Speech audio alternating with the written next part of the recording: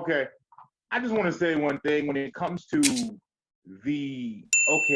black people being oppressed, but it's like, hey, hold on a second. Hey, just so yeah, everybody knows, if you guys want to chime in to what somebody says, be free to. This is a discussion, so if you hear something that you okay, want to go deeper into, just go ahead and say what you got to say. But yeah, go ahead, Keith.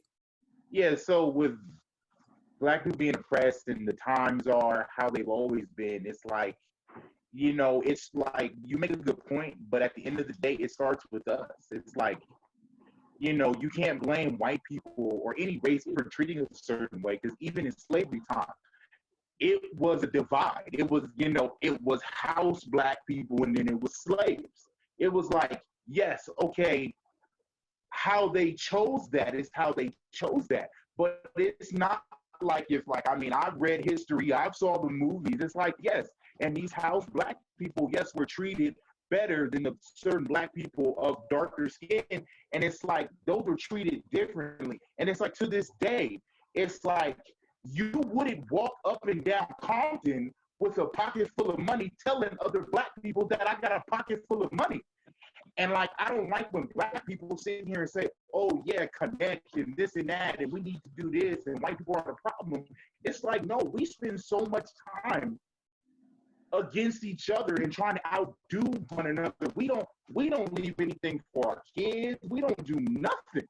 And it's like, that's not all white people's fault. It's like, yes, we have a lot of leaders and influencers and all this stuff. It's not like they're all going out there preaching for us and leaving us stuff and building everything in every community. It's like, I lived in Lancaster for almost 12 years of my life. There's nobody that comes out there to support all the black people that have moved out there from LA. It's like, I lived in Vegas, and yes, in the rural areas, yes, LeBron James sponsors Bishop Gorman out here. Kobe Bryant used to sponsor this down here. But those are nicer areas, of course.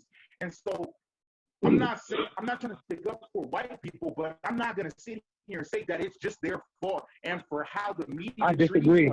I disagree. I respectfully disagree. All of that. Like, no, rappers and I respectfully disagree. Like, I respectfully disagree.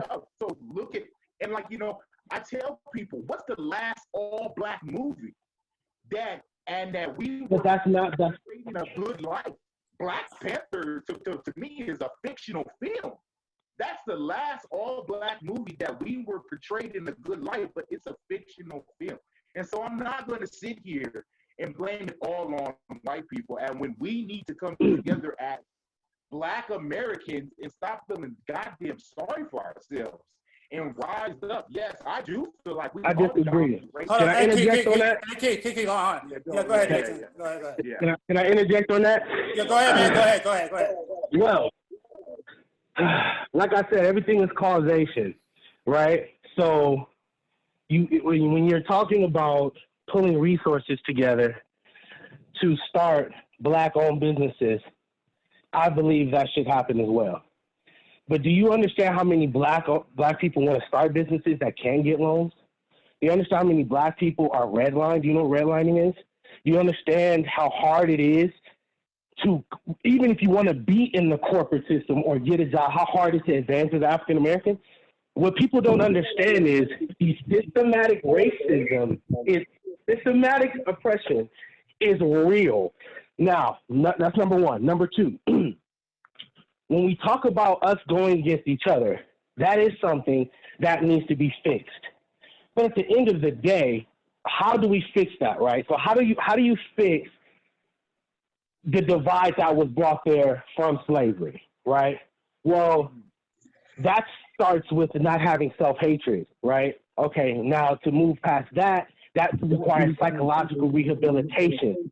When someone goes to war and they get PTSD, they're supposed to come home and get treatment. But when we see black men get killed all the time, online, virally, we don't need nothing for that. And what I'm trying to say is we are still in pain. We are still in traumas. And at the end of the day, being in low economical situations and poverty only enhances that pain. There is a compromise. There's a system, like this called the systematic It's in the fabric of America to keep black people down. This is not a narrative that black people are creating. We don't wake up every day and ask for reparations like we deserve. There's a systematic agenda to keep black people down from every walk of life, from the law firms to the prison systems to every financial systems. Everything is geared to make it harder for us, as opposed to that white person you're talking. That white person you're talking about don't live the same life I live, regardless of financial situations. They go through life experiencing life differently because of the color of their skin. So I'm not. Yes, I believe in the community we need to do a lot because, you know, there's only so much that can be done from the outside, right? The house will get this divided itself, it gets itself so far, right? So yes, there's things we need to do in the communities, but I'm not giving anybody a pass, and I'm definitely not giving, you know, I'm not going to scold my people. We need to educate them and do things, but the same thing that's not, I can't control the police officer killing me and getting away with it for free and not getting prosecuted. I can't control getting lynched in the streets. I can't control a Karen calling the cops on me. And because she called and said it was a black man, they're going to come in and like kill me. There's certain things we can't control that need to be controlled by the people that are in control. We don't have any power. Even the small little celebrities we have, okay, great. Yes, they should do more, but we don't even have a lot of them. We're only 13% of the whole entire population in America. So it's not even a lot of us, period, in numbers-wise. It's only so much that can be done. When all the people at the corporate offices are all white and all their grandfathers was slave owners and racists, and all the police chiefs, and all the DAs, and all the judges. Like, what are we talking about here? So people don't understand what is set up here. Why are more black people incarcerated than anybody else? We're no more savage than anybody else. Actually, if you want to talk about savage, I would think the Caucasian race would be the most savage race of all time. They're more savage than anyone. Right? So why are we no more savage or beastly than any other race? Why are we disproportionate in everything? Why do we disproportionately get killed by cops? Why do we disproportionately have bad health care and die from malnutrition and bad health? Affected by the... Why is black people consistently answer that question? That's all. I mean, I get that's all I'm saying. I get it, but there's always causation. We didn't set ourselves up for this situation, and we're going to need help. We're going to need allies to help us. Because at the end of the day, racism is something we can't change. That's something in somebody's heart. You can't change the way someone feels. But we can break down the systems of systematic racism and make it an opportunity for somebody to get up out of the hood. When you got crabs in a barrel, when you got people in low economic situations that have nothing, you put any animal, the ghetto is an experiment, was an experiment. You put anybody in that situation, any animal, they're going to do the same thing. Lack of resources, lack of education. You fight. That's what happens. So we can't feed it to the narrative of, oh, black on black crime, and you guys, we're not going to respect you because you don't respect you. Well, you didn't respect me even when I did respect me.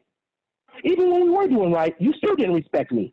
I'm not going to victim blame, and I'm tired of not to play the same narrative that goes all the time.